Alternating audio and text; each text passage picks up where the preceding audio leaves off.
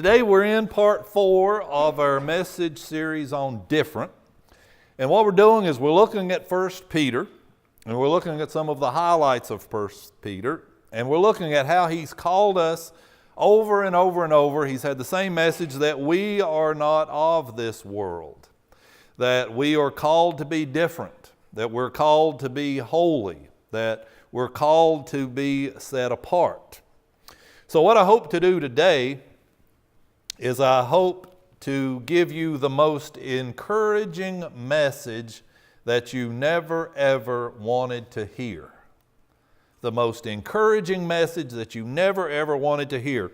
Now there's a lot of promises that Jesus has made to us. But I'm going to start with some things that he didn't promise us. Jesus never promised us that there would be no trouble in this life. Jesus never promised us that we would have no heartbreak in this life. Jesus never promised us that it wouldn't rain on our vacation. He never promised us that our plumbing would not back up. But there's a couple of things that Jesus did promise us. Jesus promised us that as faithful followers of Jesus Christ, that the world will hate us and that we will be persecuted. So welcome this morning to Spring Creek Church, where I've come here to make you feel good about yourself. Bringing you the most encouraging message you never ever wanted to hear. Today I want to talk about a different perspective on persecution. A different perspective on persecution. And we're going to look at some words from Jesus, and then we're going to jump into 1 Peter. So here's what Jesus said in John 15, verses 18 and 20. Jesus said, "If the world hates you, keep in mind it hated me first. If they persecuted me," Jesus says, "they will persecute you also." So we're talking today about a different perspective in persecution. And what I want to do is go back to the first week of how we started, giving some context to this 1 Peter. Remember, 1 Peter was written by Peter, and he's talking to a group of people who have been persecuted. They're under the reign of Nero, who was just a bad dude. Nero, it's believed, well, they know for a fact, killed his mother. Okay, now, at some point, maybe, some of you wanted to kill your mother. I hope you didn't, because when it comes down to it, killing your mama, that's about as bad as it gets. But Nero killed his mother, he killed his first wife, and a lot of historians believe he killed his second wife. Nero had this lust for building, and when the Senate wouldn't let him tear down part of Rome to rebuild it, then he started to burn it. And it burned for days and days and days, and then it went out, and then it reignited and burned some more. And then when Nero was blamed for the burning of Rome, he shifted the blame to the Christians, who were already being persecuted, but now they were persecuted beyond anything we could imagine. So if we fast forward today and look at the world that we live in today, Christian persecution is still happening. And in fact, the more you read, the more people will say that persecution of Christians today and over the last 10 years is probably as great or greater than it's ever been. And you look at the statistics, averaging 300, now this is worldwide, 300 Christians killed for following Jesus a month. On average, 200 churches being burned or destroyed in a month. In an average month, close to 800 followers of Christ who will be beaten, tortured, raped, or imprisoned for following their faith. And Jesus said, "If you follow me, the world will hate you and you will be persecuted."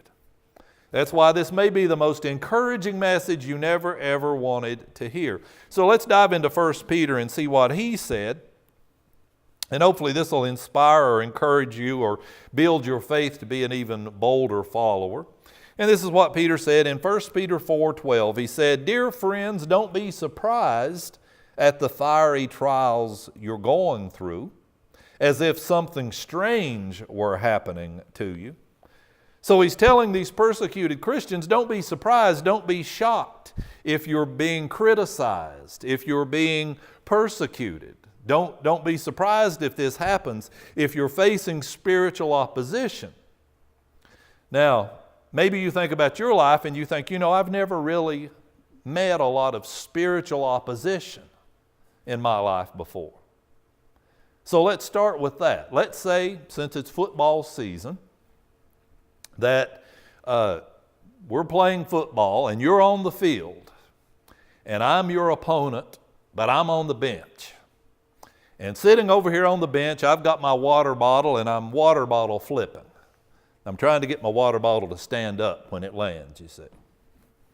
And then maybe I've got my phone out and I'm playing a game, or I'm, taking a selfie. Maybe I'm flirting with this cute cheerleader over here, not paying any attention to the game. Now, if you're my opponent, are you worried about me having an impact on your game? No, you're not worried about me at all. But let's say that I'm not on the bench, that I'm in the game.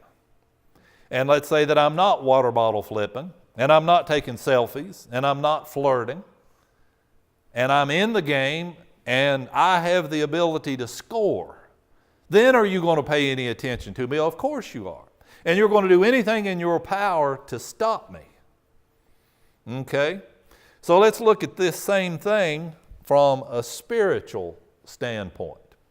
If you're on Jesus' team, in that you believe in Jesus, and you come to church occasionally, so you've got the jersey, you've got the Jesus team jersey, but you're on the bench, you're not playing, okay? You have the ability to play, you have the gifts and the talents to share with other people, but you let somebody else play in your spot. You're not giving generously, you tip a little here or there, but you're not strategically, prayerfully asking God, how can I use my gifts and my talents and my resources to help, to further the kingdom? You believe in Jesus, but you're not representing Him boldly. You have the jersey, but you're not in the game. So this is true in their spiritual life as it is in the football game. As long as you're not making a difference, your spiritual enemy will leave you alone.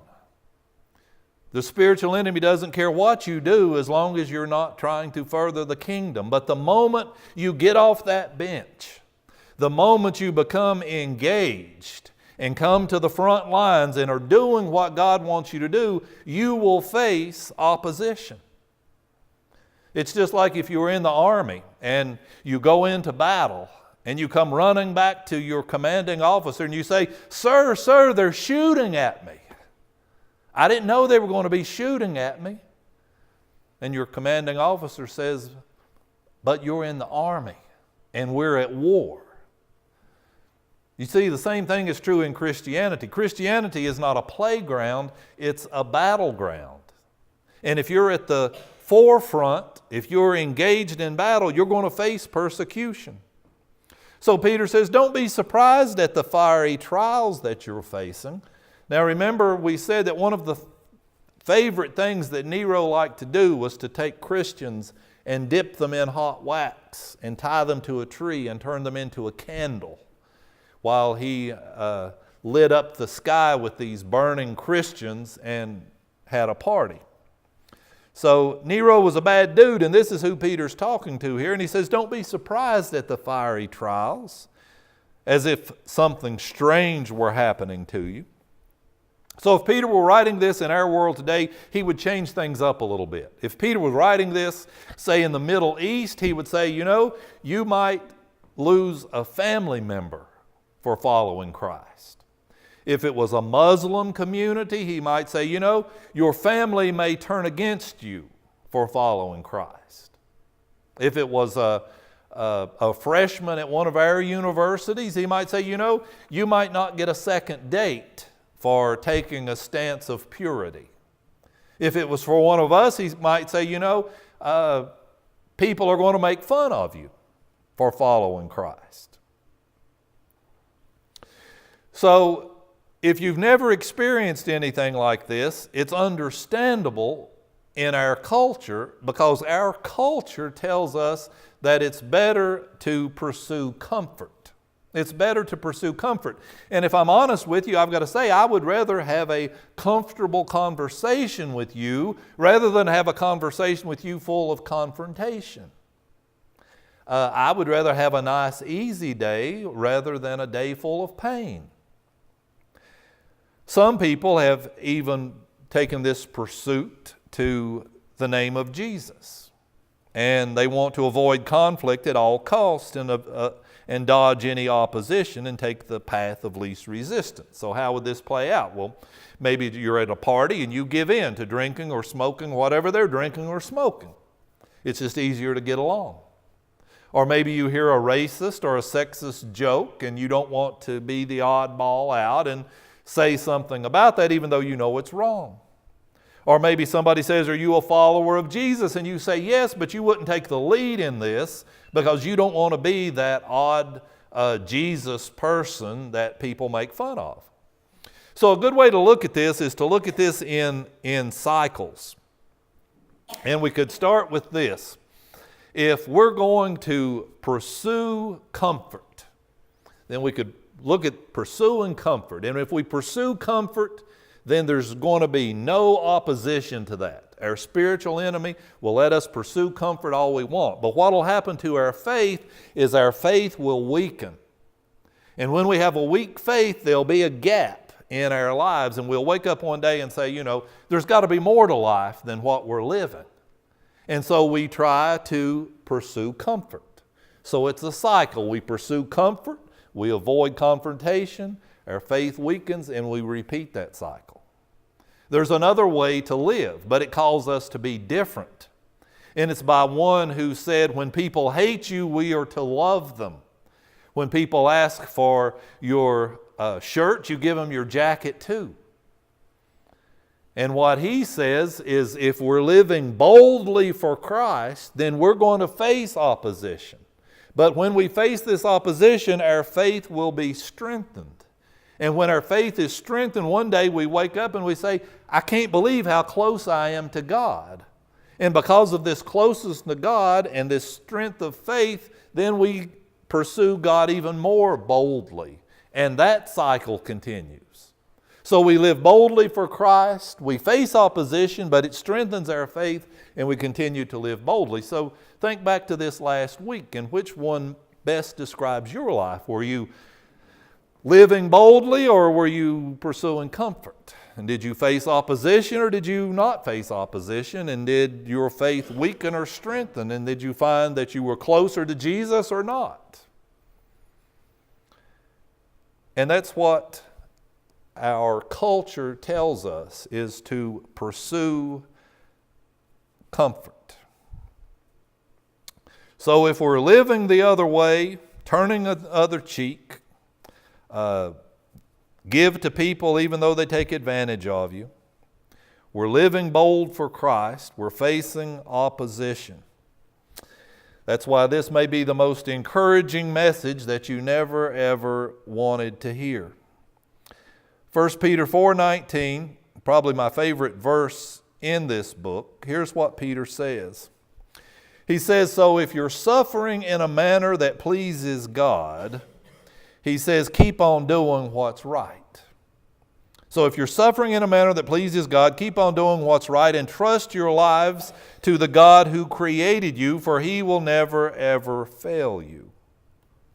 So here's the principle to live by. The principle to live by in all of life is do what's right and trust God with the results. Do what's right and trust God with the results. Do that in all of life. Don't cut corners. Don't take shortcuts. Do what's right and trust God with the results. And when it comes to relationships, maybe that means we have to have that tough conversation. Maybe we have to stand up for something and confess something, and maybe it's not going to be popular. But as Jesus followers, that's what we do. We do what's right and we trust God with the results. And as long as you're suffering for doing something good, you keep on doing that and you trust God who will never ever fail you. So we do that. We are different. We do what's right and we trust God with the results. The most encouraging message you never ever wanted to hear. So if you're like this world, then this world will love you for it. And you'll never ever face opposition. But if you are different, you will raise your kids differently. You will spend your money in a different way. You will have different morals. You'll have different values. You'll have different conversations with the world. You will be different at work. The world will hate you at times, and it won't be fun. But it does something to you, and you recognize, I am a follower of God. And it builds a boldness in you and makes you different. Persecution never weakens faith. It always causes our roots to grow deeper in the things that matter. In fact, I think it's so easy to claim to be a Christian that many people probably are not. And when there's a little persecution, it puts some stakes to it. It matters. As followers of Christ, we're willing to stand for some things and be persecuted if we are. So are we like most people who pursue comfort? We get what we can, we avoid opposition, our faith gets weak, and then we repeat that cycle. Here's what Peter says. He says, God opposes the proud but gives grace to the humble. He says, so humble yourselves under the mighty power of God, and at the right time our God will lift you up in honor. Now watch what Peter says. He says, give your worries and cares to God because God cares about you. Now this is what Peter is saying to these people who were at risk. He said, give your cares. And in another version he says, cast your cares. And it goes back to the Greek, which is from the fishing term, to actually cast the net. So he's saying, cast your cares. Cast your cares on God because He cares for you. So if you're living different, if you're being bold for Christ, you may face spiritual opposition.